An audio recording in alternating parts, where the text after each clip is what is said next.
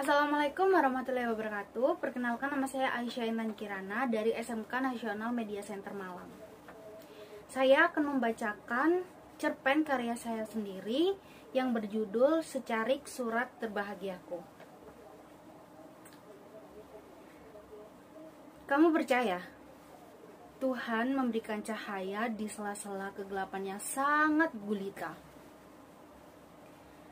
Kamu percaya Tuhan memberikan hikmat di balik suatu masalah? Kalau begitu, kenalkan aku, Pelita Fauzia. Anak kelas 12 SMA yang bersekolah dengan kemampuan di bawah rata-rata, yang tidak memiliki tujuan hidup, tidak memiliki tempat untuk mencurahkan segala keluh kesahnya, tidak memiliki lingkup yang baik untuk bergantung.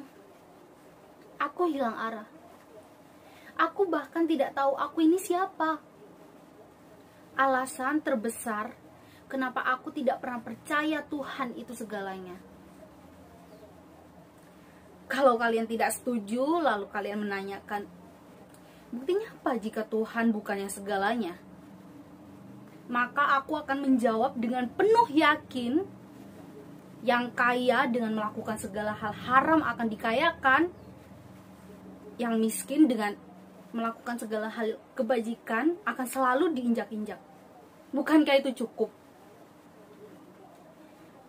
Lalu kutambahkan, koruptor adalah salah satunya, dan anak-anak pengamen jalanan adalah bukti konkretnya. Di lain sisi, aku juga sudah bingung.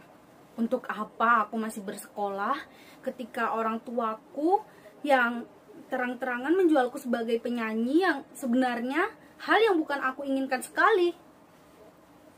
Aku masih ingin bersekolah. Aku masih ingin menjadi wanita yang berpotensi untuk sukses dengan memegang prinsipku sendiri. Tak pernah kurang waktuku untuk berdoa kepada Tuhan supaya Ia mengerti maksudku. Tapi sama sekali tidak pernah didengar sedikit pun. Aku sudah benar-benar hilang arah kendali. Sampai waktu itu, seorang pria yang selalu dianggap sepele oleh para siswa menghentikanku untuk melakukan hal yang bodoh di lorong sekolah lama, yaitu bunuh diri. Ia memarahiku, membentakku dengan mata yang melotot penuh amarah, dan rahang yang mengatup menandakan ia benar-benar kesal dengan apa yang akan kuperbuat. Apa sih yang sedang kau pikirkan? Begitu teriakannya yang menggema sampai ujung lorong.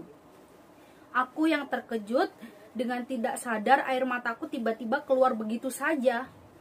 Air mata yang selama ini aku pendam karena kemurkaan kepada orang tuaku, air mata yang selama ini aku larang untuk merobohkan benteng pertahananku. Dengan kurang ajarnya mereka tumpah membasahi pipiku. Beliau memberi sapu tangan berwarna putih gading miliknya, kemudian mengusap kepalaku penuh sayang. "Ada apa?" tanyanya dengan suara yang lirih. Aku yang duduk bersimpu di hadapannya hanya menggeleng pertanda aku baik-baik saja. Ia mengeluarkan suaranya lagi. "Bapak tidak memaksa untuk bercerita, tapi jelas tindakan yang akan kamu lakukan tadi salah besar. Masa depan kamu masih panjang." Begitu katanya. Aku tertawa di sela tangisan membuat beliau tampak bingung. "Saya sudah tidak punya masa depan, Pak. Tuhan tidak pernah memberikan saya secuil cahayanya untuk malam saya. Tuhan tidak pernah menerima doa tulus saya. Tuhan tidak pernah mengizinkan saya hidup dengan bahagia sehari saja. Lantas untuk apa saya hidup?" Seusai aku mengatakan kalimat itu, sang bapak duduk di hadapanku. Tangannya menyambung dengan tangan lain dan memeluk lututnya. "Ah, Bapak juga berpikir seperti itu dulunya. Cetusnya membuat aku menatap beliau. Tuhan tidak adil, Tuhan tidak pernah menyayangiku. Apa aku pantas untuk hidup? Begitu pertanyaan Bapak dulu. Orang itu tersenyum menatapku. Tapi kata-kata itu hilang dan lenyap begitu saja ketika Bapak melihat anak yang mengemis di jalan. Dia kelaparan. Kemudian Bapak tanya, "Di mana orang tua kamu?" Kamu tahu apa jawabannya? Aku menggeleng. Orang tua saya sudah meninggal. Saya harus mengurus adik kecil saya yang berusia 13 bulan di rumah. Setiap 30 menit sekali saya pulang untuk mengecek apa dia baik-baik saja. Lalu Bapak ikut ke rumahnya dan ternyata benar.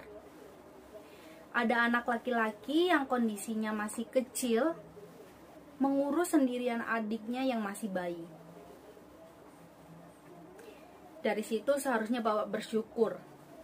Akhirnya Bapak tahu, tidak ada cobaan tanpa suatu hal yang tidak seporsi dengan kita. Kemudian anak itu sekarang sudah berumur 14 tahun. Yang memiliki usaha sendiri, ya Bapak masih sering mengunjunginya. Apa nanti pulang sekolah kamu mau ikut? Tawarnya kepada aku. Aku mengangguk tanpa basa-basi lagi. Sesuai yang telah direncanakan, kami berdua mengunjungi anak itu dan anak itu merasa senang melihat Bapak. Ia menanyakan aku siapa dan tangisku lagi-lagi pecah melihat kedua anak yang sedang memperjuangkan hidupnya. Hatiku mencelos. Entahlah, aku merasa jauh lebih baik dibanding sebelumnya. Bapak berujar, tidak ada perjuangan yang sia-sia jika mau menemukan jalan keluarnya. Mereka sudah merasa cukup dengan apa yang mereka miliki. Melihat mereka jauh membuat kita dapat bersyukur. Jika anak seusia mereka dapat melewati cobaan, alasan apa untuk kita tidak bisa? Aku mengerti maksudnya. Paham jika beliau meyakinkanku untuk terus maju. Lalu beliau berkata lagi, "Jika kamu sukar, teriaklah yang keras di suatu tempat yang tinggi, lalu mulailah untuk mencoba lagi, sampai mendapat apa yang sesuai dengan yang kamu inginkan. Berusahalah untuk hidup. Jangan hidup untuk berusaha. Bermimpilah sejauh jarak yang kamu tempuh. Maka jika kamu merasa lelah, kamu masih punya tempat untuk menaungkan masalah." Aku menelan salivaku lumayan susah payah, lalu menyetujui kalimat si Bapak. Mungkin aku kurang berusaha selama ini. Begitu pikirku. Sejak saat itu, aku tahu bahwa harus ada yang dikorbankan untuk mendapatkan apa yang aku inginkan. Banyak sekali lika-liku kehidupan yang aku hadapi untuk menjadi aku yang sekarang. Aku, Pelita Fauzia, lulusan S2 yang memegang IPK cum laude dan manajer keuangan di suatu perusahaan besar di negeri ini. Aku masih Pelita Fauzia yang kadang sukar dengan jalan hidupku. Tapi aku meninggalkan Pelita Fauzia yang akan melakukan bunuh diri di beberapa tahun silam. Hidupku bisa dibilang lebih tertata. Hidupku yang gelap gulita sekarang memiliki satu cahaya yang terang benderang. Hidupku yang seperti malam sekarang seperti pagi yang memiliki sang fajar. Untukmu cahayaku, semoga rinduku tersampaikan kepadamu. Semoga doaku kau peluk dalam relungmu. Terima kasih telah menjadi motivator hidupku. Terima kasih sudah mengusap kepalaku kala itu. Ribuan ucapan rasa syukur terus kupanjatkan di setiap perjalanan hidupku. Aku mengakhiri surat yang kutulis untuk si bapak yang sudah berpulang di sisinya 2 tahun yang lalu. Surat ini mulai kutulis ketika aku lulus SMA dan baru kuselesaikan sebagai ribuan maafku untuk bapak karena tidak bisa menghadiri upacara pemakaman beliau. Berkat beliau, aku menemukan jalan hidupku, juga kebahagiaanku. Maka surat itu adalah bentuk pesan yang kukabarkan melalui tulisan agar sampai kepadanya. Aku, Pelita Fauzia, sebagai muridnya.